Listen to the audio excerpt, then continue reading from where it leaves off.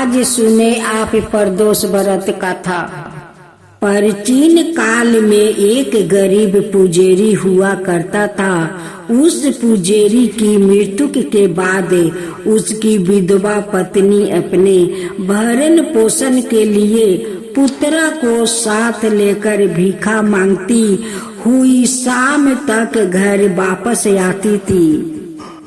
एक दिन उसकी मुलाकात विदर्भ देश के राजकुमार से हुई, जो कि अपने पिता की मृत्यु के बाद दर दर भटकने लगा था। उसकी यह हालत पुजारी की पत्नी से देखी नहीं गई। वो उससे राजकुमार को अपने साथ अपने घर ले आई और पुत्रा जैसा रखने लगी। एक दिन पुजारी की पत्नी अपने साथ दोनों पुत्र को सांडील ऋषि के आश्रम ले गई।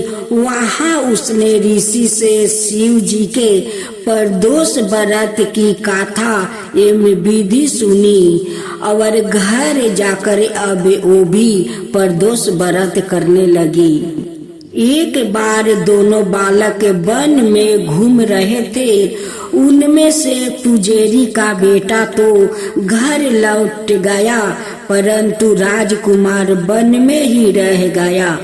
उस राजकुमार ने गंधर्व कन्याओं के कीड़ा करते हुए देखा तो उनसे बात करने लगा।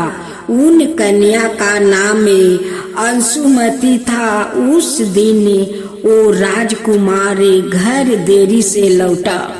राजकुमार दूसरे दिन फिर से उसी जगह पहुंचा जहां अंशुमती अपने माता पिता से बात कर रही थी।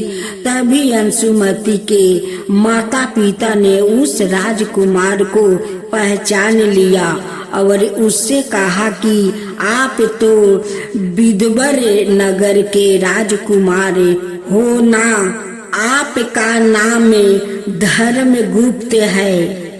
अंशुमती के माता पिता को वो राजकुमार पसंद आया और उन्होंने कहा कि शिव जी की कृपा से हम अपनी पुत्री का विवाह आपसे करना चाहते हैं। क्या आप इसे विवाह के लिए तैयार हैं? राजकुमार ने अपनी शादी के लिए हाँ कह दी तो उन दोनों का विवाह संपन्न हुआ। बाद में राजकुमार ने गंधर्व की विशाल सेना के साथ विदर्भ पर हमला किया और घमासान युद्ध कर विजय प्राप्त किया और पत्नी के साथ राज करने लगा। वहाँ उस महल में वो पुजारी की पत्नी और पुत्र को आदर के साथ ले आए और साथ रहने लगा। पुजारी की पत्नी और पुत्र के सभी दुखों और दरिद्रता दूर हो गई और वो सुख से अपना जीवन व्यतीत करने लगे। एक दिन अंशुमती ने राजकुमार से इन सभी बातों के पीछे का कारण और रहस्यों पूछा। तब राजकुमार ने अंशुमती को अपने जीवन की पूरी बात बताई और साथ ही प्रदोष व्रत का महत्व और व्रत से प्राप्त फल से भी अवगत कराया। उसी दिन से प्रदोष व्रत की प्रतिष्ठा वो महत्व बढ़ गया और मान्यता अनुसार लोग यह व्रत करने लगे। कई जगहों पर अपनी श्रद्धा के अनुसार स्त्रियों पुरुष दोनों ही यह व्रत करते हैं। इस व्रत को करने से मनुष्य के सभी कष्ट और पाप नष्ट होते हैं। इनमें मनुष्य को अभिष्ट की प्राप्ति होती है। विनायक गणेश की जय हो, विनायक गणेश की जय हो। एक बार गणेश जी छोटे बालक के रूप में चिमटे में चावल और चमचों में दूध लेकर निकले।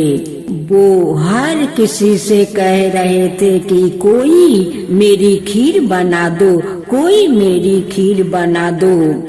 वहाँ पर एक बुढ़िया माई बैठी थी। उसने कहा लाओ मैं बना देती हूँ।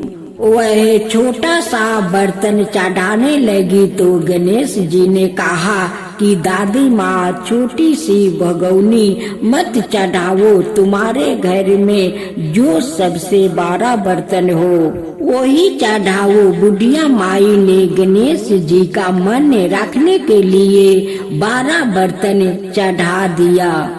वह देखते रह गई कि वह जो थोड़े से चावल उस बड़े बर्तन में डाले थे वह तो पूरा भर गया है। गणेश जी ने कहा दादी माँ मैं नहा धोआ कर आता हूँ। जब खीर तैयार हो गई तो बुढ़िया माई के पोता पोती खीर खाने के लिए रोने लगी।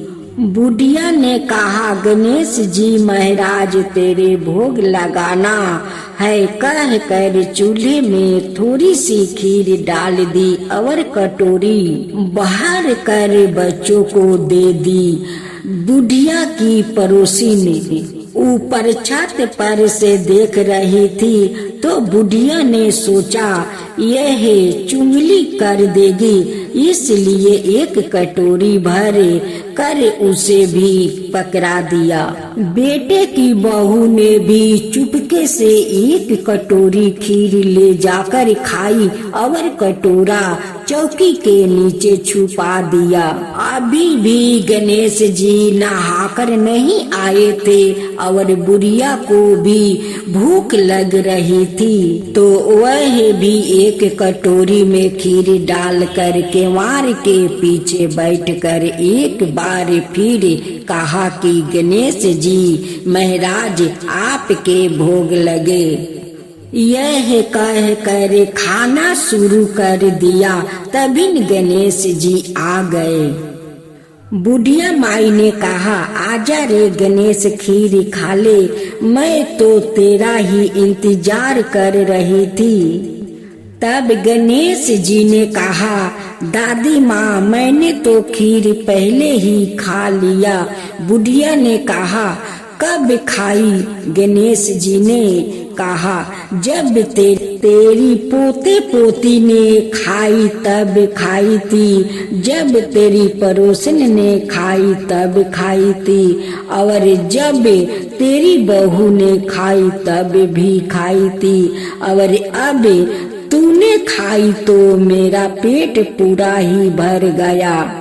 बुढ़िया ने कहे बेटा तेरी सारी बात सच है, लेकिन बहू बेचारी तो सुबह से काम में लग रही है, तो फिर उसने खीर कब खाई?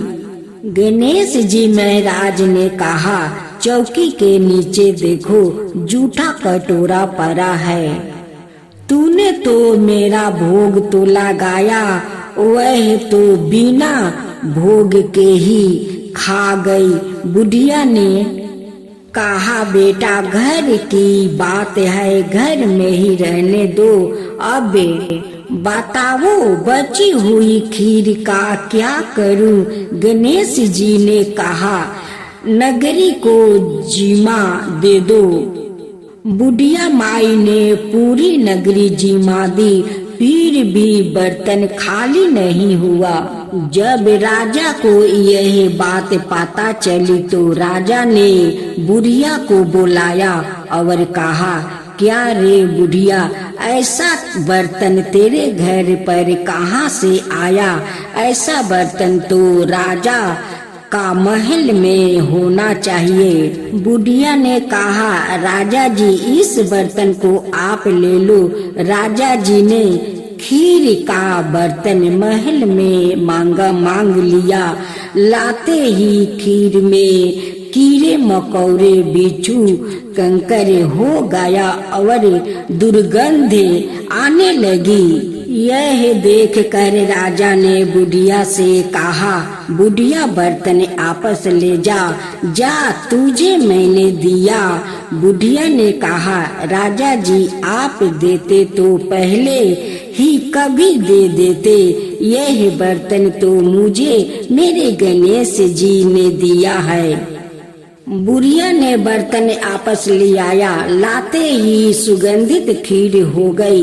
घर आकर बुढ़िया ने गणेश जी से कहा, बची हुई खीर का क्या करे? गणेश जी ने कहा, बची हुई खीर को झोपड़ी के कोने में खारा खोद कर गाड़ दो, उसी जगह सुबह उठ कर आपस देखेगी तो धन के दो चेहरे मिलेंगे। ऐसे कहकर गणेश जी अंतर ध्यान हो गए। जाते समय झोपड़ी के लात मारते हुए गए तो झोपड़ी की जगह पर महल हो गया। सुबह बहू ने फवारा लेकर पूरे घर को खोद दिया तो कुछ भी नहीं मिला। बहू ने कहा, सासू जी ठारो गणेश जी तो झूठो है। सास ने कहा, बहू मारो, गणेश झूठो तो नहीं है, लाओ मैं देखूं। वह सुई लेकर खोदने लगी तो टन टन करते दो धन के चरे निकल आया।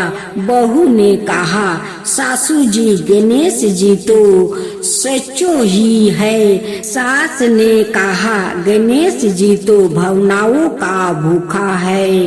हे गजानंद गणेश जी महाराज, जैसे अपने बुढ़िया को दिया वैसे सबको देना। हे विनायक जी की कहानी कहने वालों, हुंकारे भरने वालों और आस पास के सभी ने सुनने वालों सबको देना। जय गणेश जय गणेश जय गणेश देवा, माता जानकी पार्वती पिता महादेवा। जय गणेश जय गणेश जय गणेश देवा, एक दांत दयावंत चार भुजी धारी, मस्तक सिंदूर सोहे मूस की सवारी। जय गणेश जय गणेश जय गणेश देवा, माता जानकी पार्वती पिता महादेवा। अंधन को आँख देते, कोढ़ियन को काया, बाजिन को पुत्र देते, निर्धन को माया। जय गणेश जय गणेश जय गणेश देवा, माता जानकी पार्वती पिता महादेवा। हार चढ़े फूल चढ़े और चढ़े मेवा, लड्डुअन का भोग लगे संत करे सेवा। जय गणेश जय गणेश जय गणेश देवा, दीनन की लाज रखो शुभ सुतिवारी, कमना का पूरा करो जग बलिहारी। जय गणेश जय गणेश जय गणेश देवा, सूर्य सायं शरण आए सफल की जो सेवा।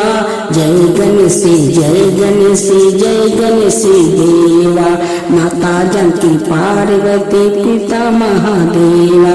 जय गणेश जय गणेश जय गणेश देवा, माता जानकी पार्वती पिता महादेवा।